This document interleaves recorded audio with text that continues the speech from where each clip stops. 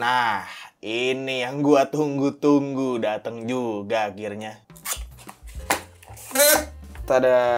Oh, apa ini? User manual, kartu garansi dari Keychron Indonesianya. Ini yang gua tunggu-tunggu ini. Oh my god, lihat itu. Nah, terus ini dapat dongle tapi kayak banyak banget nih. Yang pertama ini dia dapat dongle. Nah, ini dapat dongle yang biasa, dongle 2,4 GHz biasa, dia Type A, dan dapat juga yang Type C. Jadi udah sekelas sama yang MX Master 4 ya. Ada dongle Type C-nya juga buat laptop-laptop yang nggak ada port Type A-nya gitu, kayak MacBook gitu kan. Terus dapat OTG juga nih, converter antara dari Type C ke Type A. Terus dapat kabel USB buat ngecas sekaligus. Oh, dia USB-nya C to C. Oh, jadi OTG yang tadi bisa dipakai buat kabel ini juga ya. Dapat USB extender juga. Dan sepertinya itu doang ya isinya. Nggak doang sih, ini lengkap banget sih. Gokil sih. Ya, akhirnya di sini gue udah megang mouse kerja yang udah gue tunggu-tunggu dari lama. Karena nggak tahu kenapa kok dari kemarin Keychron Indonesia nggak masuk-masukin gitu. Tapi akhirnya sekarang dimasukin coy. Jadi ini namanya Keychron M6, dan di video ini gue bakal ngasih tahu ke kalian kenapa untuk sebagian orang, termasuk gue juga, jauh lebih mending beli mouse kerja ini ketimbang seri MX-nya Logitech. Sebelum itu, gue mau ngasih tahu dulu kalau si Keychron M6 ini basically mouse kerja ergonomis yang secara shape dan premis itu mau jadi saingannya si Logitech MX Master, khususnya yang seri 3S dan seri 4 yang baru itu ya. Bisa kalian lihat juga di sini kalau secara desain dan form factor, Keychron M6 ini mirip banget sama MX Master, dari mulai shape-nya yang ergonomis dengan lekukan dan tinggi yang cukup agresif, scroll wheel metal yang bisa infinite scroll juga, dan ada side scroll wheel-nya juga cuy. Tapi emang, walaupun mirip, ternyata ada perbedaan di shape-nya. Dimana kalau si Keychron M6 ini, hump atau bagian tertingginya itu di posisi tengah mouse-nya. Sedangkan kalau MX Master cenderung lebih ke belakang ya. Dan dari hal ini aja, menurut gue pribadi udah bakal jadi satu faktor yang bikin gue lebih milih si Keychron M6 ini ketimbang si MX Master. Karena hump-nya di tengah, jadinya mouse ini nggak cuma enak dipakai palm grip aja, tapi dipakai claw grip juga enak cuy. Nah, masih ngomongin shape, secara dimensi juga Keychron M6 ini lebih kecil dibanding MX Master 3S dan MX Master 4. Jadinya gue juga jauh lebih nyaman pakai dia buat kerja, langsung masuk aja gitu ke preferensi grip gue. Gak cuma itu, kalau secara form factor gue juga prefer si Keychron M6 ini ketimbang si MX Master kalau dari segi bobotnya, karena dia bobotnya jauh lebih make sense gitu. Ketika MX Master 3S dan 4 itu bobotnya ada di sekitar 140-an gram lebih, Keychron M6 ini cuma 86-an gram aja, yang bikin dia itu memang masih masuk ke kategori bobot mouse gaming berat, tapi nggak seberat itu. Jadi yang bikin mouse ini jauh lebih nyaman buat gue pakai kerja bukan dari segi shape-nya aja, tapi karena bobotnya yang lebih enteng, lebih familiar ke bobot mouse yang lebih umum sekarang, jadinya nggak bikin tangan gampang pegel juga. Nah, buat kalian yang selama ini masih belum pernah nyobain kerja pakai mouse yang bentuknya tuh ergonomis agresif kayak begini, intinya shape ergonomis yang ala-ala MX Master kayak gini, gue akuin emang enak banget sih buat kerja. Karena dia ngikutin bentuk tangan kita dan emang dikasih lekukan-lekukan yang pas banget buat akomodir genggaman tangan kita gitu kan. Nah, di sini gue ada bandingin perbedaan grip dengan 3 mouse ergonomis berbeda. Ada yang mouse gaming ala-ala shape G502, si Keychron M6-nya, sama ada mouse vertikal juga. Dan ibarat si Keychron M6 ini shape-nya ada di antara si mouse gaming sama si mouse vertikal. Jadi dia agak tinggi buat akomodir bentuk telapak tangan kita, tapi nggak terlalu tinggi sampai kita harus adaptasi lagi kayak kalau pakai mouse vertikal. Sweet spot lah intinya. Masih dalam pembahasan form factor, memang si Keychron M6 ini tuh ada beberapa perbedaan kalau dari segi fisik ya ketimbang si MX Master. Kayak misalnya bodinya tuh full plastik layaknya mouse-mouse pada umumnya. Sedangkan kalau MX Master kan ada bagian metalnya sama ada soft touch rubbernya gitu kan. Mungkin kalau buat sebagian orang ini bakal jadi nilai plus minus ya. Karena kalau buat gue pribadi, gue ngerasanya si soft touch rubber yang ada di mouse-mouse Logitech itu memang ngasih feel premium ya ke feel megangnya. Tapi berdasarkan testimoni orang-orang di forum, bagian soft touch rubbernya ini kalau jangka panjang bisa gampang kotor dan kekopek-kopek sampai jadi lengket gitu cuy. Jadi mungkin kalau misalnya buat orang-orang yang udah pernah megang MX Master, terus abis itu megang si Keychron M6 ini bakal agak kerasa lebih murahan gitu ya. Tapi percaya deh, kalau secara jangka panjang, benefitnya ya nggak bakal ada masalah apa-apa gitu di permukaannya. Selain itu, untuk scroll wheel yang ada di Keychron M6 ini emang pakai bahan metal yang mirip kayak MX Master dan bisa buat infinite scrolling juga, tapi mekanismenya agak beda ya. Di bagian atas mouse-nya ada semacam tombol gitu buat switching antara scroll biasa sama infinite scroll. Jadi memang dia nggak seamless kayak si mouse-mouse-nya Logitech yang scroll wheel-nya itu bisa scroll biasa dan infinite scroll secara seamless gitu, nggak perlu ada tombol-tombolan segala. Tapi kalau secara fungsi, gue juga tetap bisa apresiasi si Keychron M6 ini sih, karena dia bisa replikasi si teknologinya Logitech walaupun memang belum sempurna. Tapi ada satu fitur scroll wheel di Keychron M6 ini yang kayaknya nggak ada ya di MX Master, yaitu scroll wheel dia bisa digeser ke kiri dan ke kanan, dan ini ibaratnya jadi tombol tambahan gitu cuy. Nanti bakal gue bahas lebih lanjut pas lagi bahas drivernya. Dan untuk side scrollnya M6 ini sayangnya masih pakai bahan plastik, belum metal juga kayak scroll wheel utamanya, tapi secara fungsi masih enak dipakai, side scrollingnya uniform di semua software, jadi masih aman lah. Untuk switch-nya dia pakai Huano Micro Silent Switch yang lifetime-nya up to 20 juta klik, which is standar ya buat switch-switch Huano yang biasanya dipakai di mouse gaming budget. Dan di bagian kirinya ada dua side button yang surprisingly tactile dan enak buat dipencet. Nggak kerasa pre dan post travelnya sama sekali, tapi kurang silent sih menurut gua.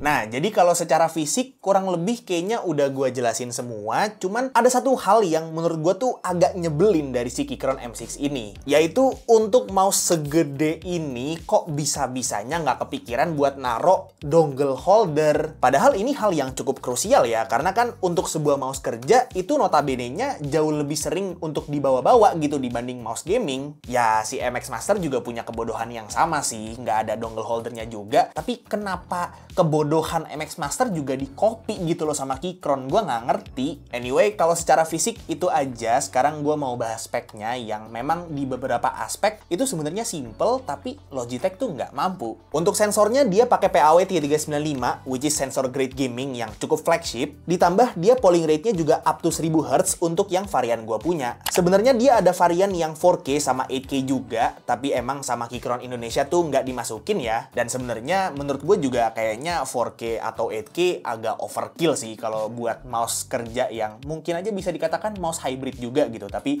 tetap ini sejatinya mouse kerja. Tapi artinya dengan itu ya mouse Keychron M6 ini nggak cuma bisa dipakai buat kerja aja, tapi bisa dipakai buat gaming juga, dan main gamenya juga bisa game yang kompetitif cuy. Dan untuk polling rate 1000 Hz ini menurut gua tuh fitur yang wajib banget ada di sebuah mouse kalau kalian kerjanya pakai Windows. Kalau di macOS, gue bisa ngerti kenapa mouse-mouse Logitech yang cuma 125 Hz tuh tetap bisa enak. Karena for some reason, perbedaan polling rate di macOS ya, at least gue coba di MacBook Air M4 gue ini, nggak terlalu kerasa. Tapi kalau buat di Windows ya jelas kerasa banget ya. Apalagi kalau monitor kalian refresh rate-nya udah tinggi, itu makin bodoh lagi tuh 125 Hz. Jadi buat kalian yang OS utamanya itu macOS, gue bisa terima argumen kalian kenapa mouse Logitech yang cuma 125 Hz tuh masih enak dipakai. Karena ya gue juga ngerasain sendiri, emang masih enak gitu. Tapi kalau kalian OS utamanya itu Windows dan kalian masih bisa bilang, ah polling rate nggak ngaruh bang,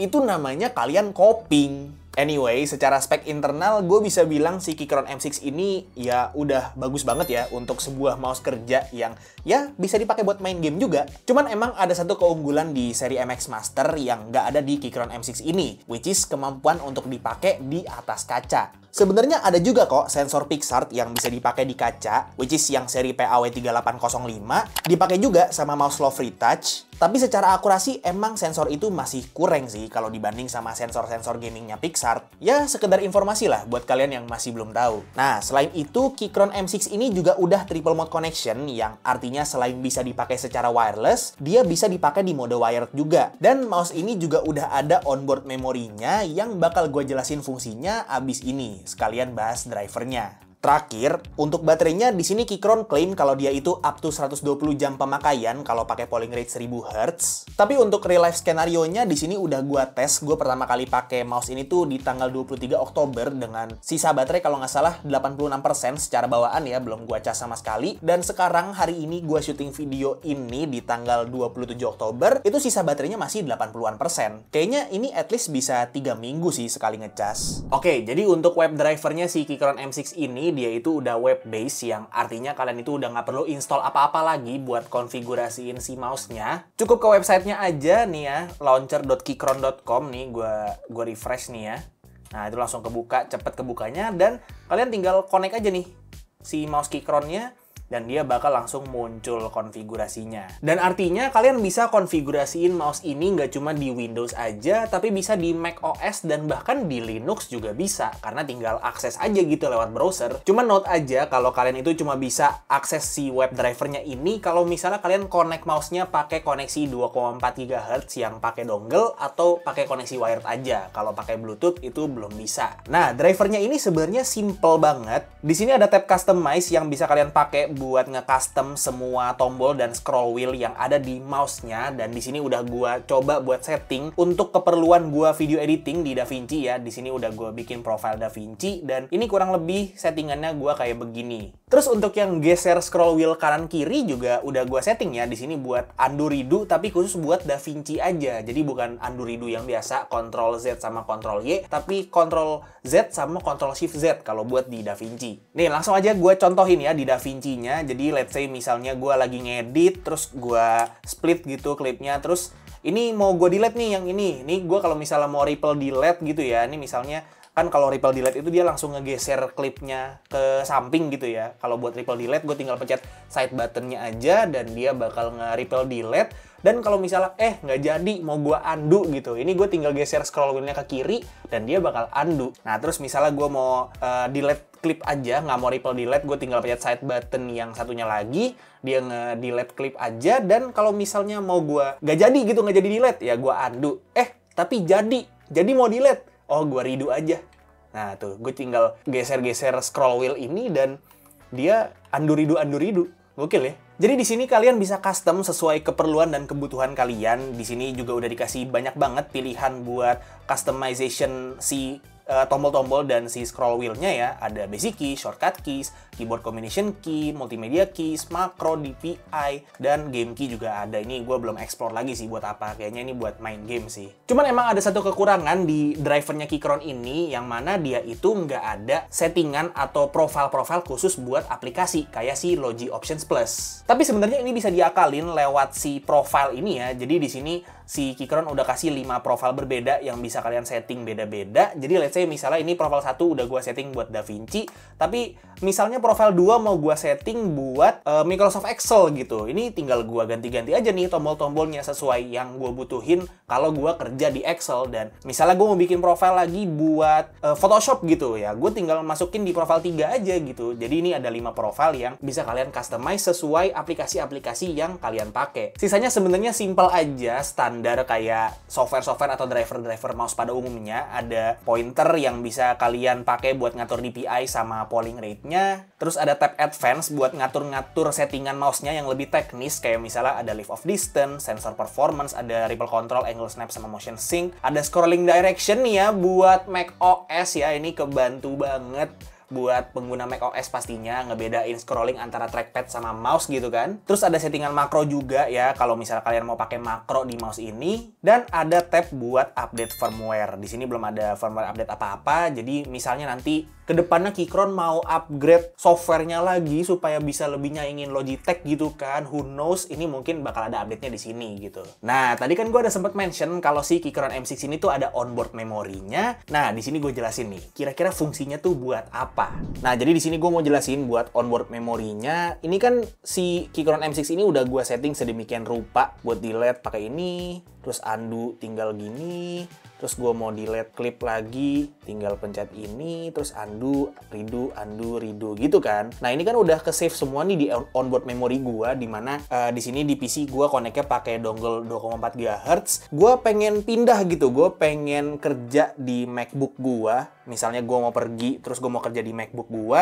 Jadi si M6-nya ini gue bawa gitu kan. Nah ini gue cabut dulu dongle-nya, terus gue colok dongle Type-C-nya. Nah karena dia ada onboard memorinya, gue udah nggak perlu buka si drivernya lagi. Kayak misalnya ini gue mau delete, gue tinggal pencet ini. Terus kalau misalnya gue mau delete yang backspace juga gue tinggal pencet yang ini. Nah ini udah gue buka ya, jadi ini masih ke save tuh settingannya ya, yang tadi di PC gue. Cuman emang ini buat Windows, bukan buat Mac OS. Jadi memang di situ ada kurangnya buat hybrid user kayak gue gitu.